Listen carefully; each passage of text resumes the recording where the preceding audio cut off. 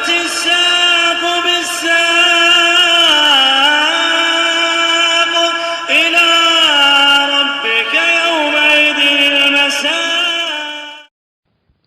الحمد لله رب العالمين، والصلاة والسلام على رسوله الأمين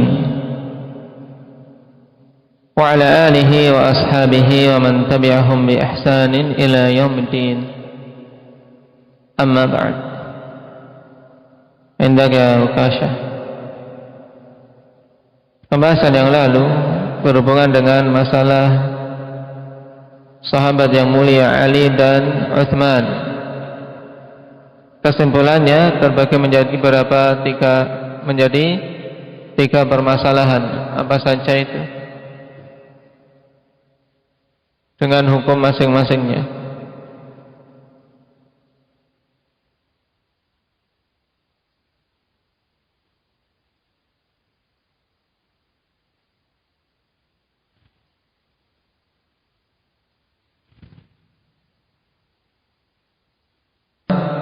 Siapa saja mengedepankan Ali atas Utsman dalam perkara khilafah, maka dia dikatakan sesat berdasarkan ijma'. Terus yang kedua,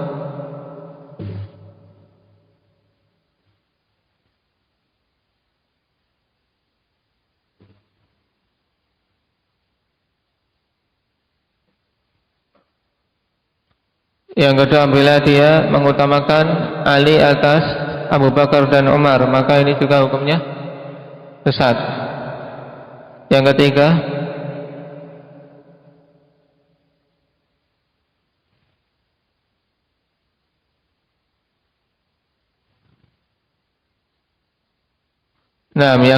apabila dia mengedepankan Ali atas Utsman dari sisi keutamaan, maka tidak disesatkan.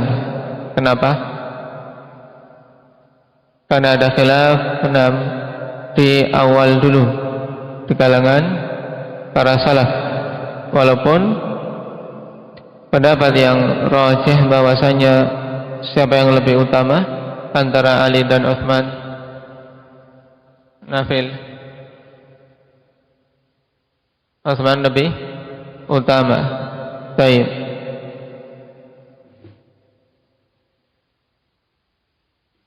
Sekarang kita masuk pada pembahasan berikutnya. Makanatu ahli baitin Nabi sallallahu alaihi wasallam 'inda ahli sunnati wal jamaah. Masih berhubungan dengan para sahabat, tapi sekarang kita bahas secara lebih spesifik, yaitu berhubungan dengan kedudukan ahlu baitin Nabi sallallahu alaihi wasallam. Kedudukan keluarga Nabi sallallahu alaihi wasallam di sisi ahli sunnati wal jamaah, ahlu bait. Ya, nanti akan kita ketahui siapa saja masuk dalam cakupan ahlu bait. Qala Syekhul Islam Ibnu Taimiyah rahimahullahu taala, wa yuhibbuna ahla baiti Rasulillah sallallahu alaihi wasallam wa yatawallawnahum wa yahfazuna fihim wasiyyata Rasulillah sallallahu alaihi wasallam haitsu qala yawma ghadirikum udzakkirukumullah fi ahli baiti. Dan ahli sunnah wal jamaah mencintai ahli bait Rasulullah sallallahu alaihi wasallam dan berwala terhadap mereka. Yang dimaksud dengan yatawallawnahum, berwala, meliputi apa saja? Indak Ridwan?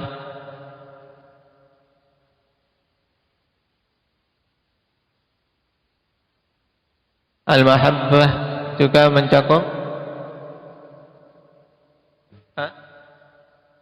pembelaan, pertolongan, nusrah. Nah, itu wala, yaitu memberikan loyalitas, meliputi mahabbah, nusrah, difa' dan yang lainnya. wa yahfadzuna fihim wasiyata Rasulillah sallallahu alaihi wasallam, dan mereka menjaga berhubungan dengan ahli bait tersebut wasiat Rasulullah sallallahu alaihi wasallam, di mana Rasulullah sallallahu alaihi wasallam telah bersabda pada hari Ghadir Khum, "Udzakkirukumullah fi ahli baiti." Aku ingatkan kalian tentang Allah berhubungan dengan ahli baitku. Kita baca syarahnya. Qala syarih hafizahullah ta'ala, bayyana Syekh rahimahullah fi hadza makanata ahli al-bait 'inda ahli sunnati wal jamaah wa annahum yuhibbuna ahla bait Rasulillah sallallahu alaihi wasallam. Di sini Syekh menjelaskan tentang kedudukan ahli bait di sisi ahli sunnati wal jamaah, dan bahwasanya ahli sunnah itu mencintai ahli bait Rasulullah sallallahu alaihi wasallam. Terus siapa itu ahlul bait? Dikatakan oleh Syekh, wa ahlul baiti hum alun nabi sallallahu alaihi wasallam alladzina harumat alaihimus sadaqah. Yang dimaksud dengan ahlul bait yaitu apa? Keluarga Nabi sallallahu alaihi wasallam yang haram atas mereka sedekah. Sebagaimana hal ini telah Rasulullah sallallahu alaihi wasallam tegaskan dalam beberapa hadis, di antara yang diriwayatkan oleh Imam Muslim, "Inna sadaqah la tambaghi li ali Muhammadin, innama hiya awsakhun nas." Ini yang menegaskan bahwasanya alu Muhammad yaitu ahlul bait itu adalah orang-orang yang haram atasnya sedekah dari keluarga Nabi sallallahu alaihi wasallam. Inna sadaqah la tambaghi li ali Muhammad. Juga dalam riwayat Hasan bin Ali radhiyallahu anhu, di mana Rasulullah sallallahu alaihi wasallam mengatakan, "Inna ala Muhammadin la tahillu lana sadaqah." Inna ala Muhammadin la tahillu lana sadaqah. Sungguhnya kami keluarga Muhammad tidaklah halal bagi kami sedekah. Dan sanadnya sahih diriwayatkan oleh Imam Ahmad rahimahullah taala. Nah, lalu kalau diperinci siapa saja mereka keluarga Nabi yang haram atas mereka sedekah, wahum alu aliyin, dan mereka itu mencakup alu Ali, keluarga Ali. Berarti semua keturunan Ali masuk dalam ahlul bait, yang kemudian nisbahnya menjadi pada nama kebanyakan mereka disebut dengan apa? Alawi. Nah,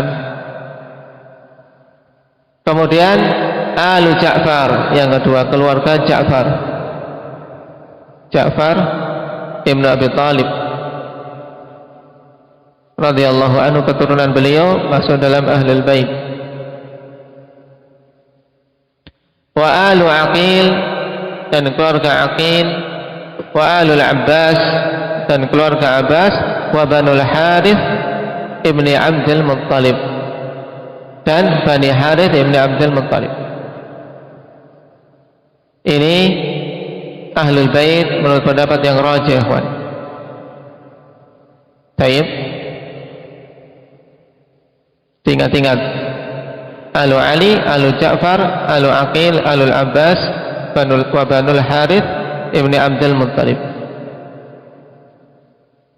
Kemudian bagaimana dengan istri-istri Nabi sallallahu alaihi wasallam dan putri-putri beliau? Jelas mereka adalah ahlul bait juga. Wa azwajun Nabi sallallahu alaihi wasallam wa banatuhu min ahli baitih, dan istri-istri Nabi sallallahu alaihi wasallam dan anak-anak putri, yaitu anak-anak perempuan Nabi sallallahu alaihi wasallam, itu termasuk ahli bait beliau. Kama qala ta'ala, innama yuridullahu liyudhiba ankumur rijsa ahlal bait. Sebagaimana Allah Subhanahu wa taala telah berfirman, hanyalah Allah Subhanahu wa taala menghendaki untuk menghilangkan dari kalian kotoran wahai ahlul bait. Dan saat itu yang diajak bicara adalah siapa? Para ummahatul mukminin, istri-istri Nabi sallallahu alaihi wasallam. Menunjukkan istri Nabi juga masuk dalam ahlul bait, cuman ikhwani fillah bedanya masuknya para istri itu tabaan, masuk sebagai ahlul bait karena mengikuti Rasulullah sallallahu alaihi wasallam, ngikut saja. Bukan ahlul bait secara as-salatan, secara asli. Sehingga hukumnya berbeda dari sisi maula yang dimiliki oleh ahlul bait dari 5 keluarga yang disebutkan di depan dengan apa? Maula milik para siapa? Para istri. Nah, makanya kalau maula dari istri-istri Nabi sallallahu alaihi wasallam, mereka masih boleh untuk menerima sedekah. Padahal dalam hadis maulal qaumi minhum, maula suatu kaum itu termasuk dari golongan kaum itu. Maka kalau maula dari ahlul bait, maka dia masuk dalam hukum ahlul bait. Cuman bedanya untuk maula para istri Nabi sallallahu alaihi wasallam dari isi ini tidak diharamkan atas mereka sedekah. Buktinya ketika Barirah menerima sedekah diperbolehkan. Barirah bisa menerima sedekah padahal dia maula siapa? Maula siapa Barirah itu? Maulana? Hah? Maula siapa Hudzaifah? Maula Aisyah radhiyallahu anha. Baik. Kenapa? Karena para istri masuknya mereka ke ahlul bait. Apa sebabnya? Karena mengikuti Nabi sallallahu alaihi wasallam saja.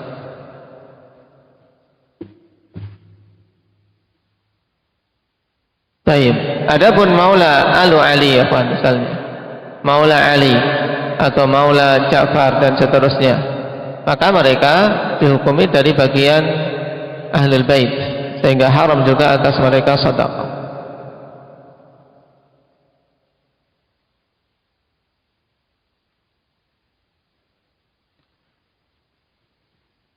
Qala fa ahlus sunnati yuhibbunahum wa yahtarimunahum li'anna dzalika min ihtiramin Nabi sallallahu alaihi wasallam wa ikramih. Maka ahli sunnati wal jamaah mencintai mereka dan memuliakan mereka. Kenapa? Dikarenakan hal itu termasuk pemuliaan terhadap Nabi sallallahu alaihi wasallam dan penghormatan terhadap beliau. Wa li'anna Allah wa rasulahu qad amara bidzalik. Alasan berikutnya, alasan yang kedua, kalau tadi alasan pertama karena itu merupakan bentuk pemuliaan kepada Nabi juga, maka kita dituntut untuk memuliakan ahlul bait, karena memuliakan Nabi yang memuliakan keluarganya. Yang kedua, dikarenakan Allah dan Rasulnya telah memerintahkan yang demikian itu. Qala ta'ala, qul la as'alukum alaihi ajra illa al-mawaddata fil qurba. Katakanlah, la as'alukum alaihi ajra, aku tidak meminta kepada kalian upah. Nabi diperintahkan untuk mengatakan ini kepada umat, bahwasanya aku tidak meminta atas kalian upah dari menyampaikan risalah ini, menyampaikan kebenaran. Tidak butuh upah. Illal mawaddata fil qurba, kecuali kecintaan terhadap kerabat-kerabatku. Dalam artian dituntut atas kalian untuk mencintai kerabat-kerabatku, yaitu ahlul bait. Ini pendalilan dari ayat jelas pada illal mawaddata fil qurba. Wajah nususun min sunnati bidzalik minha ma dzakarahu Syekh rahimahullah taala, dan telah datang nas-nas dari as-sunnah tentang hal tersebut, yaitu dorongan untuk mencintai ahli bait, di antaranya yang disebutkan oleh Syekh rahimahullah taala.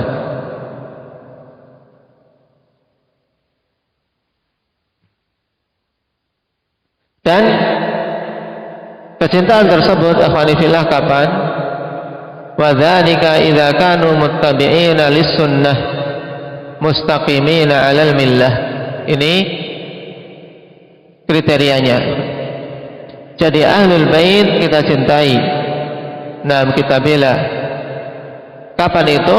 Ya tatkala mereka itu mengikuti sunnah dan istiqamah di atas millah, istiqamah di atas agama ini. Kama kana alaihi salafuhum, sebagaimana salaf mereka berada di atasnya. Kal Abbasi wa banihi wa Aliyin wa banihi, seperti Abbas dan anak keturunannya, demikian pula Ali dan anak keturunannya. Amma man khalafa sunnah walam yastaqim 'ala din fa innahu la tajuzu mahabbatuhu walau kana min ahli bait. Ini tanbih yang bagus. Adapun yang menyelisihi sunnah dan tidak istiqamah di atas agama ini, maka tidak boleh mencintainya walaupun dia termasuk ahlul bait. Nah, yang terkadang ikhwanillah pada zaman ini, nah mereka-mereka yang mengklaim nisbah sebagai ahlul bait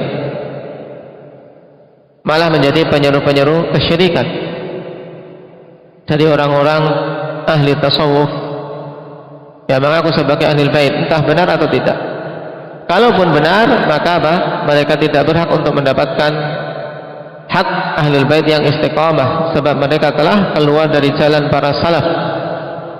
Jalan dari para salaf mereka yaitu dari Ali, Abbas, demikian pula yang lainnya, Ja'far dan seterusnya dari mereka-mereka yang istiqamah di atas syariat Allah Subhanahu wa taala. Wa qawluhu wa yatawallawnahum ay yuhibbunahum, maksudnya tawallawnahum ay yuhibbunahum, mencintai mereka. Minal walayah bi fathil waw wa hiyal mahabbah. Dari walayah yaitu mahabbah. Juga terkandung di dalamnya nusrah. Bedakan dengan wilayah. Kalau wilayah bermakna mahabbah.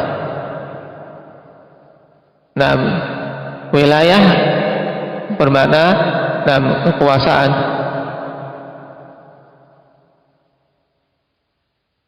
Wa qawluhu wa yahfadzuna fihim wasiyata Rasulillah sallallahu alaihi wasallam, dan mereka menjaga berhubungan dengan ahlul bait wasiat Rasulullah sallallahu alaihi wasallam. Ai ya'maluna biha wa yutabbiqunaha, maksudnya yaitu mereka beramal dengan wasiat tersebut dan menerapkannya. Yutabbiqun dari fi'il madhi apa ini?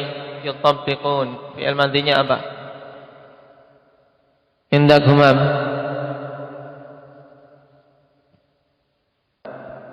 Baik, dari tabbaqa yutabbiqu tadbiqan. Naam. Maknanya apa? Apa tadi maknanya? Faisal. Baik. Menerapkan. Haitsu qala yauma Ghadir Khum, di mana Nabi sallallahu alaihi wasallam berkata pada hari Ghadir Khum. Al-Ghadir huna huwa majma'us sail wa khum qila ismu rajulin nusibal ghadiru ilaih. Nah, yang dimaksud dengan Ghadir yaitu apa? Majma'us sail, yaitu tempat berkumpulnya aliran air bah. Ya, aliran air berkumpul di tempat itu. Dan khum dikatakan bahwasanya itu nama seorang laki-laki yang tempat tersebut dinisbahkan kepadanya. Wa qila huwal ghaidah, ai asy-syajarul multaf.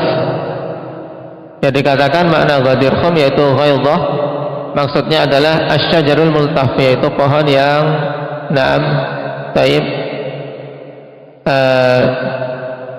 saling saling ranting-rantingnya itu multaf, yaitu bersatu-satu sama lain, bertemu satu sama lain.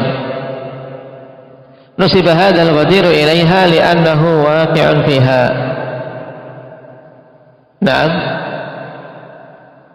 Dan al-ghadir dinisbahkan kepadanya. Kenapa? Dikarenakan jatuh padanya, yaitu pada pohon tersebut, di mana aliran air bah kemudian bergabung di tempat itu yang ada pohon yang seperti disebutkan ini, asy-syajarul multaf. Wa hadzal ghadiru kana fi tariqil Madinah. Dan ghadir ini ada di jalan menuju ke Madinah. Mara bihi Nabi sallallahu alaihi wasallam fi 'audatihi min hajjatil wada'. Yang Nabi sallallahu alaihi wasallam melewatinya dalam perjalanan pulang dari haji wada'. Wa khataba fihi, dan beliau berkhutbah padanya. Fakana min khutbatihi ma dzakarahu Syekh rahimahullah, udzakkirukumullah fi ahli baiti.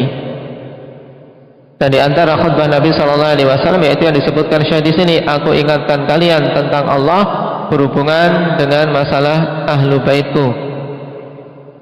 Hadis dikeluarkan oleh Imam Muslim. Ai udzakkirukum ma amara Allah bihi fi haqqi ahli baiti. Maksudnya aku ingatkan kalian perkara yang Allah perintahkan dengannya berhubungan dengan hak ahli baitku. Min ihtiramihim wa ikramihim wal qiyami bihaqqihim, yang berupa pemuliaan mereka, penghormatan terhadap mereka, dan menunaikan hak-hak mereka. Baik. Dan berhubungan dengan ghadir khum, banyak akhwanifillah hadis-hadis yang palsu yang diriwayatkan oleh orang-orang Syiah dengan berbagai macam sempalannya. Sebagian mengada-adakan bahwasanya di ghadir khum inilah Rasulullah sallallahu alaihi wasallam menyerahkan kekhalifahan setelah beliau nantinya kepada Ali bin Abi Thalib radhiyallahu anhu. Dan itu kedustaan. Tidak ada satu riwayat pun yang menunjukkan bahwasanya Nabi sallallahu alaihi wasallam menyerahkan kekhalifahan untuk Ali atau memberikan isyarat untuk Ali. Bahkan para sahabat berijma bahwasanya Abu Bakar lah yang paling berhak untuk menjadi khilafah setelah Nabi sallallahu alaihi wasallam dengan isyarat-isyarat yang banyak, seperti ditunjuknya beliau sebagai imam tatkala Nabi sallallahu alaihi wasallam berhalangan, dan seterusnya. Makanya para ulama mengatakan ditunjuknya Abu Bakar berdasarkan nas, tapi yang khafi, ya, nasun khafi. Tidak nas yang jeli, tapi nas yang khafi, yang bisa dipahami oleh orang-orang yang memiliki kejelian.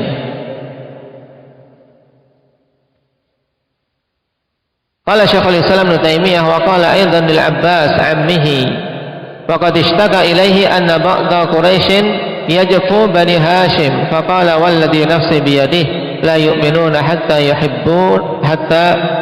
yuhibbukum lillahi wa liqarabati.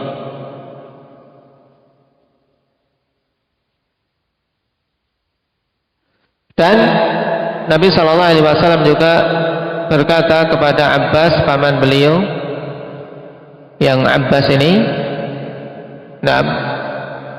paman Rasul sallallahu alaihi wasallam yang masuk Islam kapan masuk Islamnya Abbas ibnu Abdul Muttalib radhiyallahu anhu. Indak Abu Muhammad,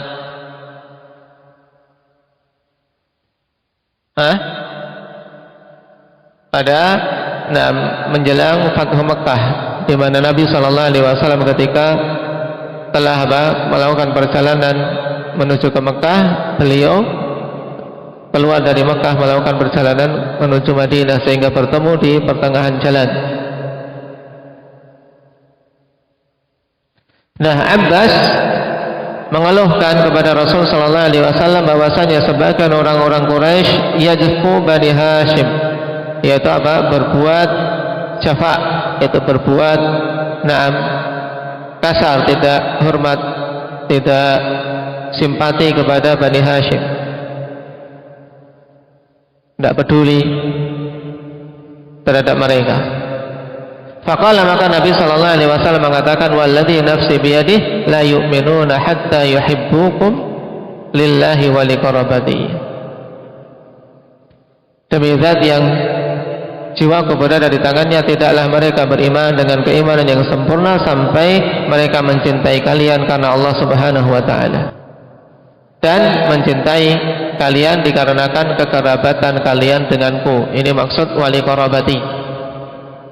Nah, jadi kita mencintai ahlul bait akhwani fillah karena Allah, ini yang pertama, karena mereka di atas keimanan, di atas istiqamah.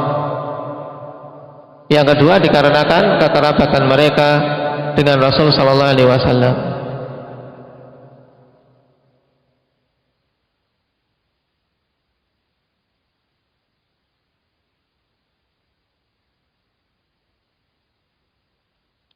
Qala syarih hafizahullah ta'ala, wa qala aidan lil Abbas ammihi huwa al-Abbas ibn Abdul Muttalib ibn Hashim ibn Abdi Manaf, wa qad ishtaka ilaihi ay akhbarahu mimma bima yakrah. Mana ishtaka, yaitu apa? Mengkhabarkan kepada Nabi dengan hal-hal yang tidak disukainya, yaitu mengeluh. Ya, Abbas mendapati sesuatu yang tidak dia sukai, kemudian disampaikan kepada Nabi. Ini namanya ishtaka, mengeluh. Namanya mengeluh kan, menyampaikan sesuatu yang tidak dia sukai. Anna ba'da Quraisyin yajfu al-jafa tarkul bir wasilah. Bahwasanya sebagian Quraisy yajfu, yaitu jafa, meninggalkan berbuat baik, tidak mau menyambung hubungan, sikap kasar, tidak peduli. Faqala ay an-nabi sallallahu alaihi wasallam walladzi nafsi biyadihi hadza qasamun minhu sallallahu alaihi wasallam.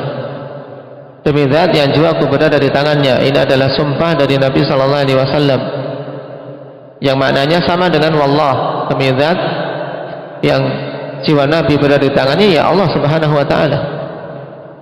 La yu'minun ay al-iman al-kamil al-wajib, tidak beriman dengan keimanan yang sempurna yang wajib. Hatta yuhibbukum lillahi wa liqarabati, sampai mereka mencintai kalian karena Allah dan dikarenakan kekerabatan mereka denganku. Aili amrain, maksudnya mencintai ahlul bait karena dua perkara. Al-awwal at-taqarrub ila Allah bidzalik li'annahum min awliya'i. Yang pertama, sebagai bentuk pendekatan diri kepada Allah dengan mencintai ahlul bait, dikarenakan mereka adalah wali-wali Allah. Makanya disyaratkan apa tadi? Ahlul bait yang mengikuti sunnah dan istiqamah di atas agama ini.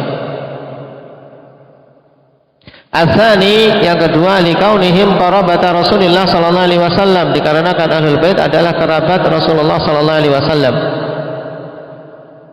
Wa fi dzalika irda'an lahu wa ikramun lah.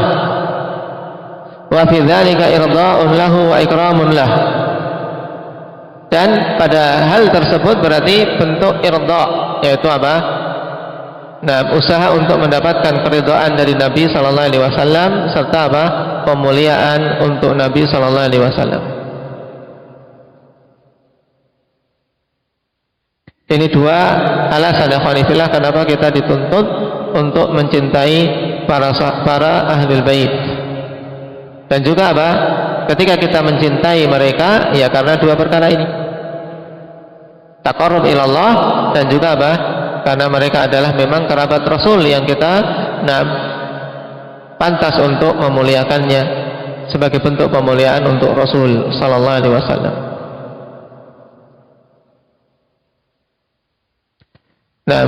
Hadis ini ikhwanillah dikeluarkan oleh Imam Ahmad dalam musnad beliau dari Abbas bin Abdul Muttalib radhiyallahu anhu. walaupun dengan lafaz yang ada sedikit perbedaan. Mengenai tahqiq, nah hadis ini insyaallah menyusul pada pertemuan yang akan datang. Barakallahu fiikum, naktafi bihadza, subhanakallah.